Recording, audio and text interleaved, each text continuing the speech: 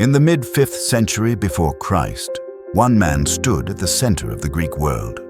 A statesman, a general, a patron of the arts. His name was Pericles. Pericles transformed Athens into the most dazzling city of the ancient world. Under his guidance, democracy flourished, philosophy thrived, and temples rose to the gods. But the same man who gave Athens her glory also set her on the path to ruin. His strategy in the Peloponnesian War would bring not victory, but plague, defeat, and the fall of his beloved city. This is his story.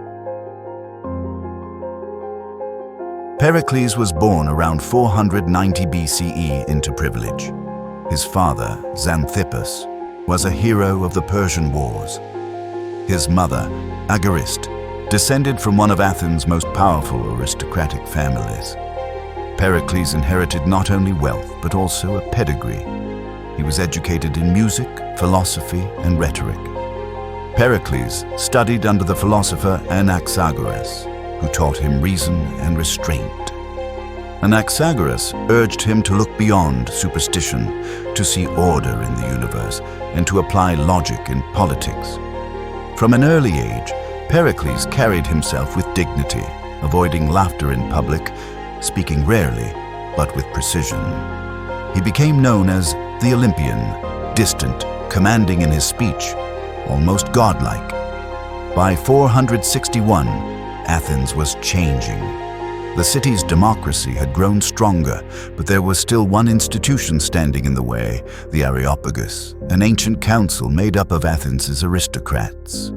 For centuries, it had been the most powerful body in the state, but now, the new leaders of the democratic movement wanted things to change. The movement was led by Ephialtes, a reformer, and the man who mentored a young Pericles. Ephialtes proposed stripping the Areopagus of most of its powers and giving authority instead to the People's Assembly. The proposal passed easily, and with that, Athens entered a new era, one of radical democracy. As democracy took hold, Pericles rose with it. Charismatic and clever, he knew how to read the mood of the people. He wasn't born a populist, but he became one, understanding that to lead Athens, you had to win the hearts of its citizens. His rival, Cimon, tried to do the same, though in a different way. Cimon was rich and generous, using his personal fortune to buy favor by handing out money and throwing lavish feasts. Aristotle later said that this forced Pericles to appeal to the people through policy, not just personality. The rivalry between them reached its breaking point when Cimon was accused of betraying Athens by aiding Sparta and was exiled through ostracism, the ancient practice of voting to banish a citizen for 10 years. With Cimon gone, Pericles had a clear path to power. As Athens' new leading voice, Pericles began reshaping the city. He opened the theaters to everyone, paying admission for the poor so they could enjoy the dramas that defined Athenian culture. He lowered the property requirements so that more citizens could hold public office, and he made sure jurymen were paid for their services. This ensured that even the working poor could take part in justice. Perhaps that was Pericles' real vision. To lift up the demos, the ordinary citizens who manned Athens' ships and powered its empire. The navy, the backbone of Athenian might, was filled with men from the lower classes. Strengthening their voice meant strengthening the state. Some historians blamed Pericles for what they saw as the decline of Athens, arguing that by giving too much power to the common people, he opened the door to demagogues who came after him. Others believed that Pericles was expanding democracy's reach, opening the doors of government to men who had long been shut out. Cimon, before his exile, believed democracy had gone far enough and that Athens had reached its peak. He warned that pushing too far would lead to chaos, that populism would turn democracy into disorder. And in time, history seemed to prove him right. After Pericles' death, Athens began to unravel, torn apart by reckless leaders, war, and unrest. But in his lifetime, Pericles' vision transformed Athens. from a city ruled by nobles into the most vibrant democracy the world had ever seen. His reforms gave power to the people, and his ambition gave Athens its golden age. Not all his reforms were celebrated, though. Pericles passed a controversial law limiting citizenship only to those born of two Athenian parents. It was meant to protect the purity of citizenship, but it also narrowed who counted as truly Athenian. Ironically, it was this very law that would one day have to be changed so that his only surviving son, who he had with Aspasia, could be recognized as legitimate. Like many men of his time, Pericles' first marriage followed custom more than choice. He married a close relative whose name is sadly lost to history. However, they had two sons together, Pericles and Xanthippus. By around 445 BC, the marriage had run its course. Pericles did something unusual for the age. He divorced his wife, arranging for her to remarry with the consent of her family. It was a quiet, dignified separation, though such things were rarely simple in Athenian society. His life took a new turn when he met Aspasia of Miletus, a woman who would become one of the most remarkable figures of classical Greece. Aspasia wasn't Athenian. She was from the Ionian city of Miletus, and that alone made her a target for gossip. But she was brilliant, articulate, and unafraid to speak her mind. Pericles fell deeply for her, and the two formed a long partnership that defied convention. Not everyone approved. Some Athenians saw Aspasia as a dangerous foreign influence, and even Pericles' own son, Xanthippus, who had political ambitions of his own, wasn't above spreading rumors about his father. Still, the couple stood firm. Pericles defended Aspasia publicly, something few men of his rank would dare to do. Together, they became a symbol of intellectual companionship as much as love. For almost half a century, between 492 and 449, the Persian War was fought between Persia and the Greek city-states. During this time, a new alliance emerged from the ashes of conflict, one that would come to define an entire era of Greek power and ambition. It was called the Delian League. The League brought together the Greek city-states with Spartan and Athens emerging as the two most dominant states. Its purpose was simple, yet monumental: to defend Greece against any future Persian threat and to secure freedom for the Greek cities along the coasts of Asia Minor. The alliance took its name from the sacred island of Delos. It was also a neutral meeting ground and home to the Temple of Apollo. There, representatives from each city gathered in the sanctuary to discuss strategy, vote on decisions, and pledge loyalty to the cause. To the Greeks of the time, this was not just a military pact. It was a symbol of unity, a promise that the Greek world would never bow to a foreign power. While Sparta ruled supreme on land, Athens turned its gaze to the sea. With unmatched naval strength, it became the natural leader of the new confederacy. When Sparta withdrew from the Persian conflict, Athens stepped into the vacuum, taking charge of the campaign and leading the alliance to a series of decisive victories. At first, the Delian League was an alliance of equals. But as the years passed, that balance began to shift. Some members provided ships, others contributed money to a common treasury. However, funds meant for defense were increasingly being used by Athens to expand its own influence. Originally, the League's treasury sat safely on Delos, a symbol of shared trust. But in 454 BC, Pericles ordered it moved to Athens. The gesture was unmistakable. The League's wealth and its power now belonged to Athens. From that moment on, the Delian League became synonymous with Athenian dominance. Still, the League had achieved its original purpose. The Persian threat had been driven from the Aegean, and Greece remained free from invasion. Yet Athens' growing strength soon cast a shadow over the Greek world. Athens had become more than a city. Under Pericles, it was an idea the heart of democracy, a beacon of art and reason, wrapped in marble and pride.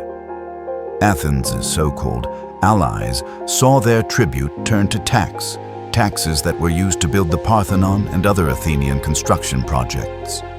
What began as the Delian League, a brotherhood against Persia, had become the Athenian Empire. To the Spartans, this empire was an insult.